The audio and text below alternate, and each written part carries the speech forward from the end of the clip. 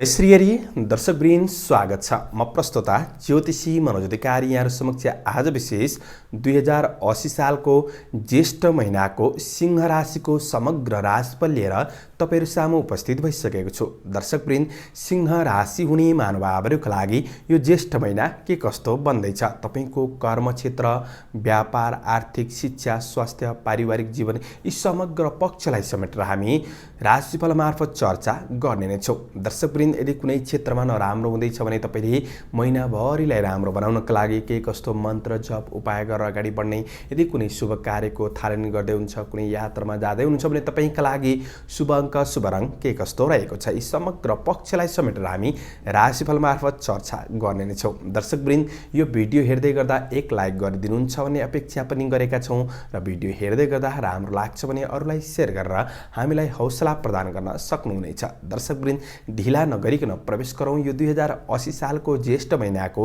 सिंह राशिको राशिफल। सिंह राशि हुने जति पनि महानुभावहरु हुनुहुन्छ उहाँहरुका लागि 2080 सालको ज्येष्ठ महिनाको ग्रह गोचर अनुसार राशिफल तर्फ हेर्दै गर्दा तपाईका लागि अब ग्रह गोचरको बारेमा सामान्य जानकारी दिदैछु।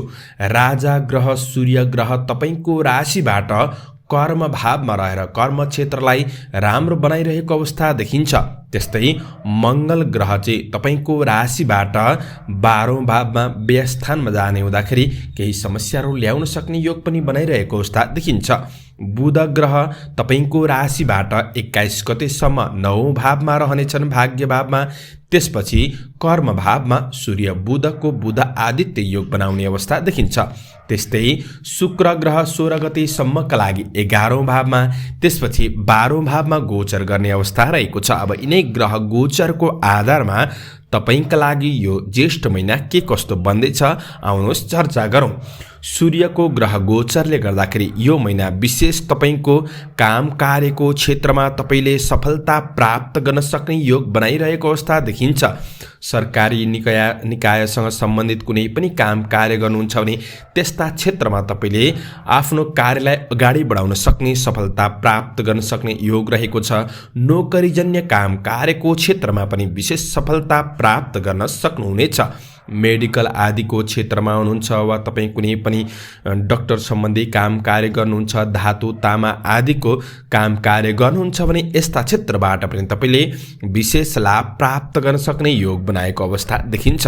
अब मंगलको गोचर प्रभाव चाहिँ तपाईको राशिबाट व्ययस्थानमा 12औं स्थानमा जाने हुँदाखेरि मंगलको कारणले गर्दाखेरि काम कार्यको क्षेत्रमा सामान्य समस्याहरू आइपर्न सक्छन्। अरूलाई छिट्टो विश्वास गर्नु चाहिँ तपाईका लागि बाधा बन्दिन सक्छ। काम कार्यको क्षेत्रमा लिएर तपाईले अरूलाई छिट्टो विश्वास गरेर कुनै पनि निर्णय गर्ने कुराहरुमा चाहिँ थोरै सोच विचार पुर्याउनु पर्ने समय रहनेछ, अन्यथा गलत निर्णयहरू पनि भइदिन सक्छन्। अब बुधको गोचर प्रभाव हेर्दै गर्दा 21 गतेसम्मका लागि मध्यम हो, तर 21 गते पछिको समय बुधको गोचर प्रभाव राम्रो रहनेछ। सूर्य बुध आदित्यको योग बनाइरहेको अवस्थादेखि रहेको हुँदाखेरि तपाईका लागि म्यानेजमेन्टसँग सम्बन्धित काम कार्यको क्षेत्र, बैंकिङ एकाउन्टसँग सम्बन्धित काम कार्यको क्षेत्र, टिचिङ आदिको क्षेत्र यी क्षेत्रहरूमा तपाईले विशेष लाभ प्राप्त गर्न सक्नुहुनेछ। शुक्रको गोचर प्रभाव हेर्दाखेरि तपाईका लागि राम्रो नै रहेको छ। लेखन मिडिया आदिसँग सम्बन्धित काम कार्य गर्नुहुन्छ, अब मार्केटिङ सम्बन्धी काम कार्य गर्नुहुन्छ भने पनि यस्ता क्षेत्रबाट तपाईले विशेष लाभ प्राप्त गर्न सक्ने योग बनाएको अवस्था देखिन्छ। अब यो महिना विशेष सूर्यको गोचर प्रभाव हेर्दै गर्दा कार्यस्थान परिवर्तनका लागि विशेष योग हो। तपाईले गरेको काम कार्यको क्षेत्रमा विशेष सफलता प्राप्त गर्न सक्नुहुनेछ।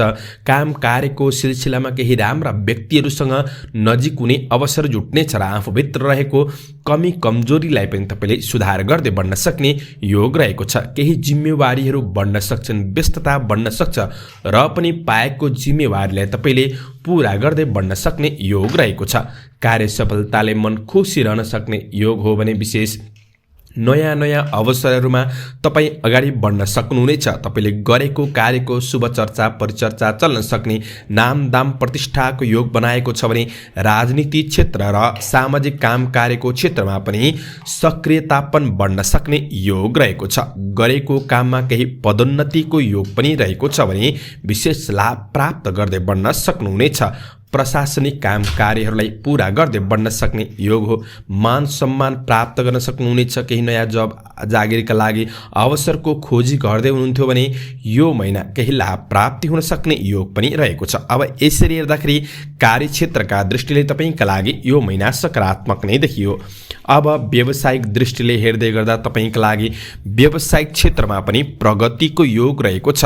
लगानीको तपाईँले प्रतिफल प्राप्त गर्न सक्नुहुनेछ भने 21 गते पछिको समय व्यावसायिक क्षेत्रबाट अझ लाभ प्राप्त गर्दै बढ्न सक्नुहुनेछ। त्यसैले व्यावसायिक क्षेत्रमा त्यस्तो नकारात्मक असर भने देखिएको छैन। तर अब मङ्गलको गोचर प्रभाव नराम्रो छ भने मैले ठुलो कुनै पनि आर्थिक कारोबार गर्दै हुनुहुन्छ भने चाहिँ तपाईँले विशेष ध्यान दिनुपर्नेछ। त्यो कुरामा चाहिँ केही गलतहरू भइदिन सक्छन्, किनभने मङ्गलको गोचरले खर्च गराउने योग बनाइरहेको अवस्था देखिन्छ। त्यसैले लगानी गर्ने कुराहरूमा थोरै सतर्कता अपनाउनुहोस्।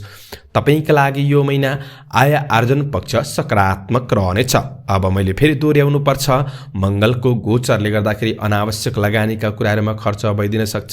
सामान्य हस्पिटल खर्चहरू बढ्दिन सक्ने योग रहेको छ। त्यस्ता कुराहरूमा चाहिँ तपाईँले सावधानी अपनाएर अगाडि बढ्नुपर्ने समय रहनेछ। अरूको विश्वास गरेर अगाडि बढ्दा आर्थिक धननाश पनि हुन सक्छ। त्यसैले सतर्क अपनाउनुहोला।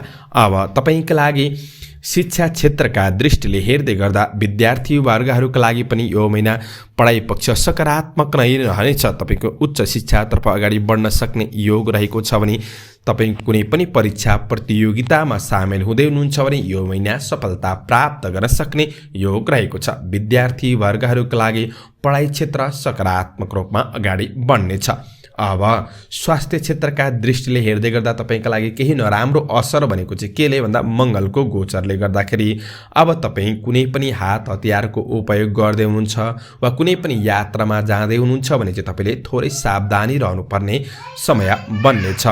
तपाईँको स्वास्थ्यमा केही असरहरू देखिन सक्छन्। असर महसुस गर्न सक्ने विशेष रगत सम्बन्धी समस्या भयो, तपाईँको चिसो सम्बन्धी एलर्जी भयो, ती कुराहरूमा चाहिँ थोरै ख्याल गरेर बढ्नुपर्ने समय रहनेछ। स्वास्थ्य क्षेत्रका दृष्टिले चाहिँ तपाईँका लागि मङ्गलको गोचर अनुसार त्यति राम्रो देखिएन। अब पारिवारिक सम्बन्धका दृष्टिले हेर्दै गर्दा तपाईँका लागि विशेष पिताको साथ सहयोग प्राप्त गर्न सक्ने योग रहेको छ। पितासँगको सम्बन्धको पक्षमा त्यस्तो नकारात्मक असर भने देखिएको छैन। बरु कतै अलमलमा पर्नुहुन्छ भने आफ्नो पितासँग केही परामर्श गरेर अगाडि बढ्नुहुन्छ भने तपाईँका लागि फाइदा पुग्न सक्ने योग रहेको छ। अग्रज व्यक्तित्वहरूबाट साथ सहयोग प्राप्त गर्न सक्नुहुनेछ। आफू समान दाजुभाइहरूमा चाहिँ सामान्य केही विवादहरू चर्किन सक्छ कि किनभने मङ्गलको गोचर नराम्रो रहेको छ। त्यो कुरामा थोरै सतर्कता अपनाएर अगाडि बढ्नु तपाईँका लागि राम्रो हुनेछ। अब प्रेम र दाम्पत्य सम्बन्धका दृष्टिले हेर्दै गर्दा दाम्पत्य सम्बन्धमा चाहिँ सामान्य समस्याहरू आइपर्न सक्छन्। थोरै सतर्कता अपनाउनुहोस्। आफ्नो प्रेमीको भावनालाई बुझेर बढ्ने कोसिस गर्नु राम्रो हुनेछ। प्रेम सम्बन्धको पक्ष हेर्दै गर्दा तपाईँका लागि सकारात्मक नै रहनेछ। एकअर्काको भावनालाई बुझेर बढ्न सक्ने केही आवश्यकताहरूलाई तपाईँले पूरा गर्दै बढ्न सक्नुहुनेछ। प्रेम सम्बन्धका दृष्टिले त्यति नराम्रो छैन।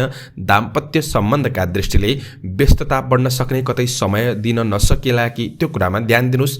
व्यस्तताका बावजुद समय दिएर बढ्ने कोसिस गर्नु राम्रो हुनेछ। अब तपाईँका लागि यो महिना विशेष यात्राका दृष्टिले हेर्दै गर्दाखेरि यात्रामा सावधानी अपनाउनु पर्नेछ, किनभने 12 को मङ्गल नीच अवस्थामा हुँदाखेरि यात्रामा कठिनाइहरू महसुस गर्न सकिन्छ। यात्रामा बाधा अवरोधहरू महसुस गर्न सकिन्छ वा तपाईँ यात्रा गर्दै हुनुहुन्छ भने केही बहुमूल्य वस्तुहरू हराउन सक्छन्। चोटपटकको सामान्य भइरहेको छ। त्यसैले यात्रा गर्नै पर्नेछ भने चाहिँ तपाईँले यो महिनामा शुभ दिन पारेर यात्रालाई अगाडि बढाउनु आवश्यक रहेको छ। यी कुरामा चाहिँ विशेष ध्यान दिएर बढ्ने कोसिस गर्नु नै तपाईँका लागि राम्रो हुनेछ। सामान्य कार्य सिलसिलामा छोटो दूरीको यात्राहरू भने हुन सक्ने समय पनि बन्नेछ। अब तपाईँका लागि यो महिनामा कुन कुन दिन नराम्रा रहेका छन् हेर्दै गर्दा सिंह राशिका लागि 1 गते, 2 गते, 10 गते, 11 गते, 12 गते, 20 गते, 21 गते, 29 गते र 30 गते। यी दिनहरू तपाईँका लागि चन्द्र गोचर अनुसार राम्रो रहेको छैन। त्यसैले यी दिनहरूमा तपाईँले कुनै पनि महत्त्वपूर्ण कार्यको थालनी नगर्नुहोस्, कुनै पनि महत्त्वपूर्ण यात्राहरूमा सकेसम्म नजानु नै जाति हुनेछ। यी दिनहरूलाई तर्काएर अन्य दिनहरूमा कुनै पनि काम कार्य गर्नुहुन्छ भने तपाईँलाई क्रमशः लाभ प्राप्त गर्दै बढ्न सक्नुहुनेछ। अब यो महिनालाई राम्रो बनाउनका लागि के कस्तो उपाय गरेर अगाडि बढ्ने भन्दाखेरि तपाईँका लागि विशेष शुभ अङ्क 1 अङ्क र 6 अङ्क रहेको छ। शुभ रङ नीलो रङ रहेको छ र शुभ रङ अर्को रातो रङ पनि राम्रो नै रहेको छ। कुनै शुभ कार्य गर्दै हुनुहुन्छ वा महत्त्वपूर्ण यात्रामा जाँदै हुनुहुन्छ, कुनै शुभ कार्यको थालनी गर्दै हुनुहुन्छ भने ओम अच्युताय नमः यो मन्त्रको जप गर्दै अगाडि बढ्नुहुन्छ भने अधिक मात्रामा लाभ प्राप्त गर्न सक्नुहुनेछ। तपाईँहरूको यो महिना शुभ रहोस्, शुभ बन्न सकोस्।